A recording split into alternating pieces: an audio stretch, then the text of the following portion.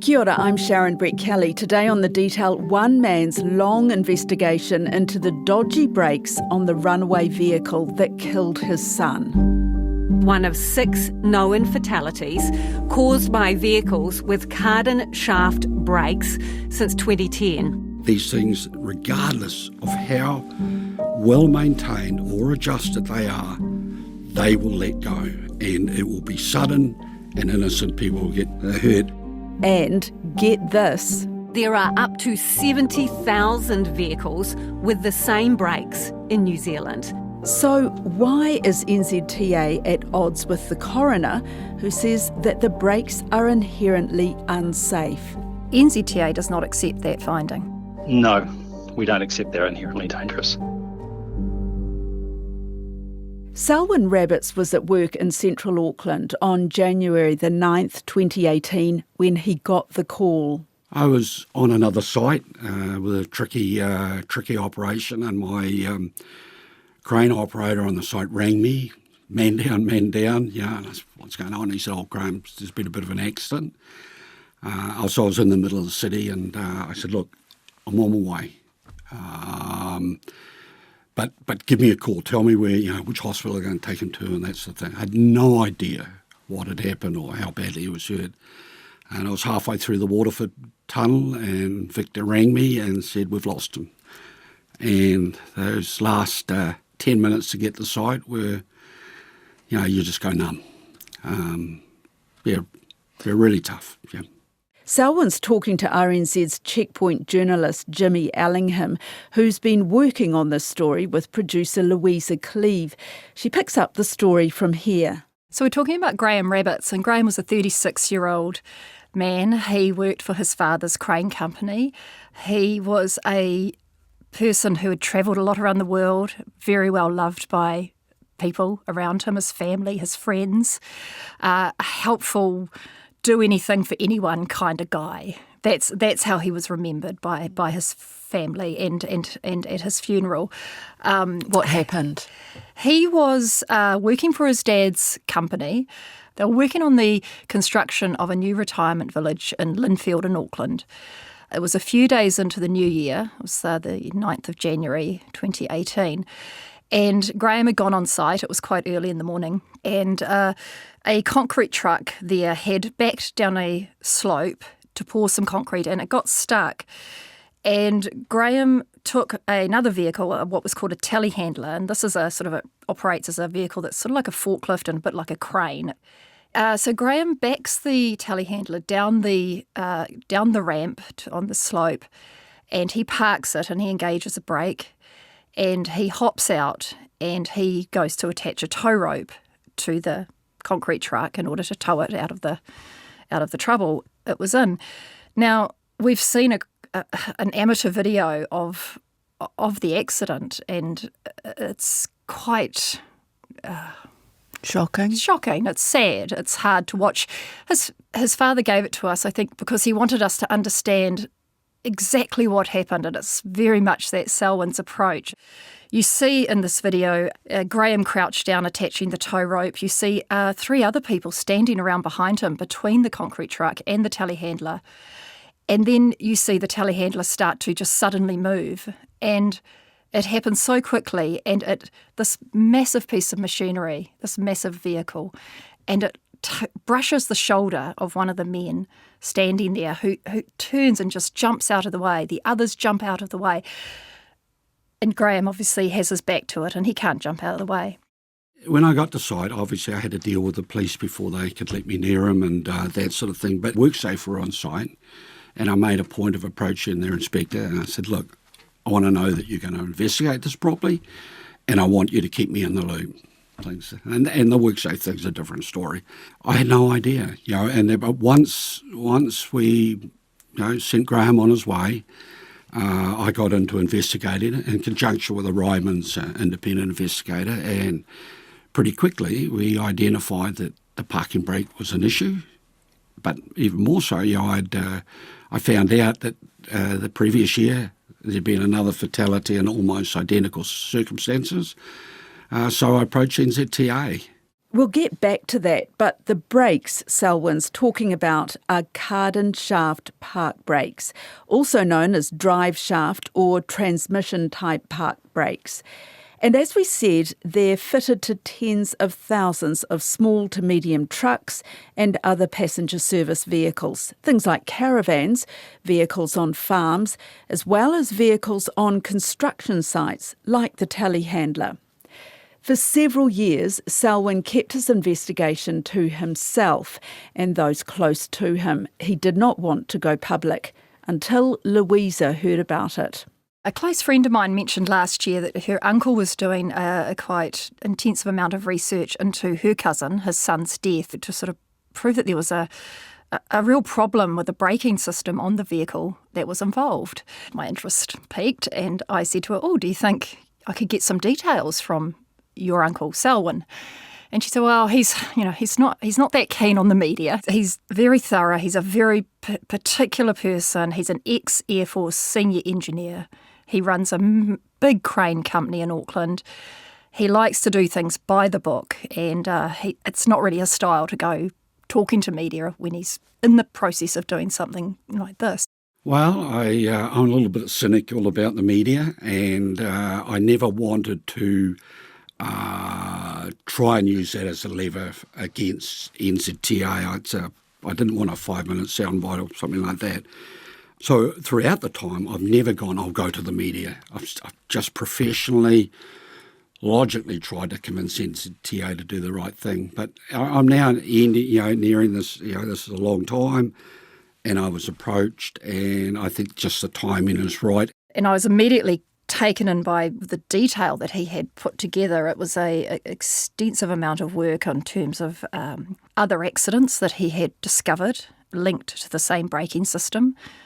One was just the previous year to Graham's death, and I could only imagine when he started looking and started discovering all these other accidents and deaths, how he realised, that this is something that was a major problem. It wasn't just a one-off with a fault in this particular brake on that particular machine. He could see a link. There were similar circumstances in these accidents where the vehicles had what they call rolled away. It was a roll away. So the vehicles had been parked, they had the brake engaged, but for some reason, and each situation was different, that brake just failed.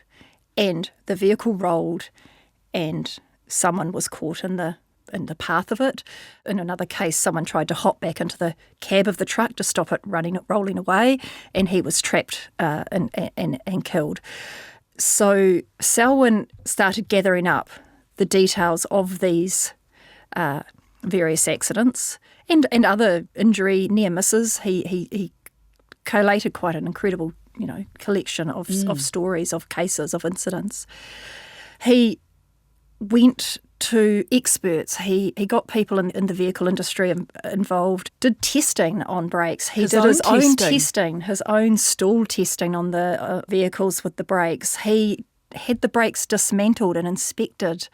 He had to get the brakes back from WorkSafe because it happened on a work site. WorkSafe became involved, and that's another sort of side to the story that we haven't gone into yet.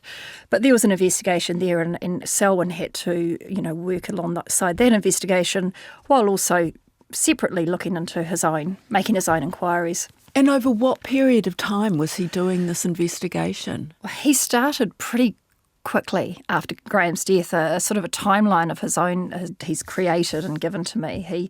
He starts making inquiries and calls NZTA to have meetings in April of 2018. And he starts looking at what NZTA has done in the past. He really wants to understand there have been these other accidents going back to 2013. What has happened as a result of those accidents, and is there any gaps really here, I suppose, that more could have been done? And he raises some really concerning questions through his own investigation. So he was the first to really see that there was a link. NZTA hadn't picked this up. So in 2013, they'd put out a safety alert about the common causes of these Cardan shaft brake failures and the importance of having regular maintenance done on the brakes. Now, that was apparently not widely disseminated, like it wasn't targeted so much as later alerts would be to actual individual owners of vehicles with these braking systems in them. There was another bulletin put out in 2018, and that was off the back of Graham's death, and that came out from WorkSafe, and that pretty much repeated what the 2013 alert had said from NZTA, and it advised that wheel chocks, and those are sort of, blocks that you put in front of the wheels to add that extra level of safety, that they should be used when you were parked on a slope with in a vehicle with the card and shaft brake. They also advised at the time drivers should be trained and they should understand the limitations of the brake and not to be in the vicinity of the vehicle when it was being used on a slope. That was after Graham's accident. Right. That was in 2018. There was a further alert in 2022, which we can get to. What's the explanation for why these brakes fail? The thing with these brakes is that when you apply them, you have no idea how much force you need for them to be fully engaged. Selwyn did his own testing. The brakes are a hand brake. You think of a handbrake in a car, and you pull it up and you hear the click, click, click, click activating. And the testing to look at how much force was needed to hold a certain weight on a certain slope, it was found to be up to 50 kilos of force. When I was involved with some testing, pulling, 20 kg to get the brake to hold, that's a lot of force. Most people struggle with it. Get up to 25 kg, you're basically two hands and standing on your seat, and that's the type of force you're having to apply. So it's just not right. A person who's hopped into one of these vehicles to use it, but they might not necessarily know that that's what you need to do. Was it Selwyn whose investigation found this about why the brakes failed, or was it the NZTA? He did the investigation around a lot of that with the experts to look at the force required to engage the brakes. Now, NZTA's focus on the brakes has been around maintenance of them and education and sort of operator use. The manual should say how much force is required on a certain slope to engage the brakes. So it's really is about the education. It's it. He really wanted to lay out the kind of what degree of force was needed, and he wanted to show, how many people also know that that's the case. Or how few people know. Or how few people in the end, because, there is still, according to NZTA's own driver research, which was done in February of this year, that only 61% of people that were surveyed were aware that their vehicle had a card and shaft brake system. That leaves, more than a third of people unaware of it. 70,000 vehicles. And Selwyn says that's a fail. And NZTA point to that in their response to the coroner's report as a success, because that has doubled since the last time they surveyed people, where only 30% of people knew about the system. Over several years, NZTA has posted a number of reports and a safety alert. You can see them when you do a search for card and shaft brakes on its website. The agency notes that it's important that owners and drivers understand how these park brakes are designed, how they function, and how they should be used. It goes on to say that mechanics must be able to correctly diagnose, maintain and adjust these systems to the manufacturer's specifications. Remember, these brakes are in tens of thousands of vehicles. And that was the focus, was on some, ensuring regular maintenance, and then later the WorkSafe bulletin about using the chocks, not parking on a slope, so they were getting to get a little bit more detailed in their advice and sort of focusing on those slopes and not relying on a vehicle parked on a slope with the handbrake engaged, that it would be safe. Selwyn Rabbits, Graham's father, what steps did he take? He obviously wasn't satisfied. No, he felt that there was a lot more that NZTA should be doing. He was determined that no one else should have to be in such danger. There was no need for it if the information was put out there. And so he sought to have meetings and work constructively with NZTA. From what I can see, and what he has sort of described to us, is meeting with many, many managers, right up to the chairman, Sir Brian Roche. How have you found them to deal with?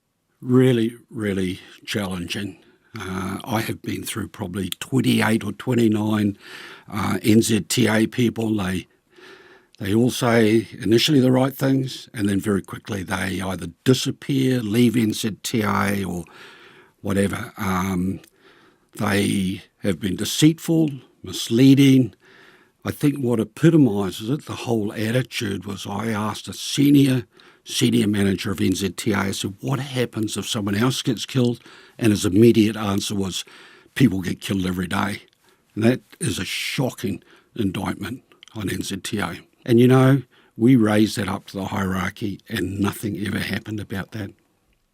And those people have now moved on to other government organisations. But last week, there was a major development. Now a coroner is urging NZTA to do more to warn people about the inherent danger these brakes pose. Coroner Woolley says they've been associated with danger for years and can fail even when drivers have done everything right. The slightest shifting of weight or a driver not applying enough force are enough to trigger rollaways. Well, on the main point that the card and shaft brake, to use it as the only brake on a vehicle, is inherently dangerous, and that even a well-maintained brake can fail without warning, NZTA does not accept that finding. No, we don't accept they're inherently dangerous. That's NZTA Deputy Director of Land Transport Michael Hargreaves on Checkpoint. What we've identified, Lisa, is that there are two key factors linked with the incidents that we've seen around vehicles with card and shaft brakes, and those are poor maintenance leading to the brake system degrading, and secondly, operational use, which is not in line with the vehicle manufacturer's instructions. So we know those are common themes, and so the work that we have done over recent years has been to address the factors that lead to the failure of card and shaft brakes, and from the assessment we've done, the work which we've done has started to have quite a significant impact. So the coroners encouraged NZTA to adopt a more positive attitude around this issue. There was a lot of toing and froing you can see in the coroner's report between her and NZTA about this particular aspect, and it's quite interesting because during the inquest there was some criticism of NZTA that they lacked a can-do attitude around it. When that was put to them before the final report came out, they pushed back very hard on it. They didn't accept that they hadn't. They pointed to alerts, they pointed to the work programs they'd done on this. There have been significant changes to the certificate of fitness process from the 1st of December 2022. So most significantly, vehicles with card and shaft brakes are now required to undergo what they call roller brake testing, which is a significant step up from the previous testing which was involved. As a result of that, the roadside testing which we're doing of these vehicles, in 2020, around about 1/3 of these vehicles used to fail. In 2025, so after the roller brake testing, it's now around about 5% that That's fail. irrelevant though, isn't it, Michael? Because the coroner has said that the maintenance is irrelevant. The brakes will fail regardless of whether they are in mint condition or not. So as I say, our view and the assessment that we have made is that if we target the factors around poor maintenance and operational use, which is what we have been done, those safety benefits will flow. They pushed back on this lack of a can-do attitude. They didn't accept the comment because of the extensive work that they'd put into it, and they told the coroner that its approach to safety issues like this and risks around things must be evidence-based and proportionate. So that might, give us some indication of why they're still refusing to accept they are inherently dangerous. How significant is that, Louisa, for the NZTA to reject a finding of the coroner? I don't have any kind of stats in front of me about how often that's happened. I've asked them why they don't. I've asked them whether it exposes them to any kind of liability. When someone else is killed in a similar situation and they have, refused to accept a coroner's findings. Where does that leave them? I've asked the Minister the same question. Transport Minister Chris Bishop is seeking advice from NZTA on this. Selwyn is seeking a meeting with Simon Bridges, the chairman, he's told me. Chairman of NZTA? Of NZTA. He's hoping he can show him what he has spent all these years doing, that the evidence is there that these brakes are inherently dangerous, and there is really, in Selwyn's mind, no safe way these should be in use. But he does understand that it's not viable. It's not a solution to just say, let's ban them here and here. He's a pragmatic person. He knows that you can't just take 70,000 vehicles off the road, that these are, being used. It's an economic impact. It's a productivity impact. He knows this, but he just thinks that there needs to be, a look at what we're bringing into the country, the education again, what people know about them. He has told me this morning that he was chatting to a health and safety investigator who is just last month looked at a very similar case, a rollaway where no one was killed or injured, but it has been investigated, and they spoke to the owner of the vehicle that rolled away, who said, I have seen this coverage now, and I am parking 2 trucks of mine up that have these carbon shaft brakes, and I'm not going to use them anymore. I'm not putting my workers into those trucks. But he has support of a lot of key people in the industry. So, like, for instance, the National Carriers Association has alerted 1,500 of its members, re-emphasising the dangers of these brakes, and saying they've wanted to make it very clear to their members what the risks are, and also the real need to use those wheel chocks to prevent a rollaway on any slope, regardless of how steep it is. There's been calls for further vehicles with these brakes to not come into the country. There are alternatives. I talked to the boss of Photon New Zealand. He imports small trucks from China. I chatted to him yesterday. He's in China at the moment. When he started bringing those trucks in 2017, he knew of the risks then. So certain people in the industry are aware of it, but it's not widely known, and Selwyn feels that NZTA isn't doing its job in ensuring that all users should know about That's right. the risks. He saw their response to the coroner's report. He heard Michael Hargreaves on Checkpoint say they send their condolences, and later he said to me, I don't want their condolences, I want them to do their job. It exposes quite a bit about NZTA as well. Yeah, it tells a story of an attitude, of how they've approached this issue over the years. Maybe it tells a story of turnover in an agency where people come, they go, they want to do something, they see the importance of it. There's no doubt that NZTA sees this as an issue. Like I say, on their website you'll find detailed information about the brakes, how they should operate a vehicle with them and ensure their safety, but they still refuse to accept they're inherently dangerous. I come from a military background. I was a senior engineer in the Air Force, and I've always believed that you've got to make the system right so that it performs, it's done its function. I mean, just like the Navy is doing Manawanui. So I'd like to be able to talk to the chairman of the board and, get his attention. This has not been a grieving father. I've always approached this logically, constructively, and I'm a strong believer that if you do that, sooner or later, someone will take notice, and they should know now that I'm pretty determined, and I have a lot of other people that will have supported me. We just got to, my objectives have been throughout is to prevent anyone else being killed or injured in similar circumstances, and to see some real change in NZTA so that they do the job that I pay them to do. Selwyn Rabbits ending that podcast. And in a written statement to Checkpoint, the NZTA board chair Simon Bridges said Selwyn Rabbits' request is being considered and a response will be provided directly to Mr Rabbits. Any legal advice to NZTA or its board members in connection with the coronial findings and recommendations is legally privileged and confidential. The Detail is a newsroom production supported by RNZ and NZ On Air. This podcast was produced by Gwen McClure and engineered by Phil Benge. Thanks to Louisa Cleave, I'm Sharon Brett Kelly. Mā te wā.